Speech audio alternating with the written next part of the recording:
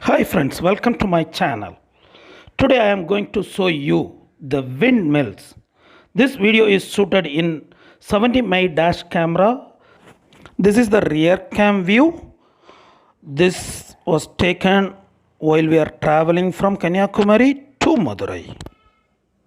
This is exactly the place after Anjigramam where the Kanyakumari district ends and the Tirunelveli district welcomes us. This place is called Levanchipuram, where you can see lot of windmills. As we all know, windmill is the renewable source of energy which generates electricity. Watch the video until the end. Thanking you all.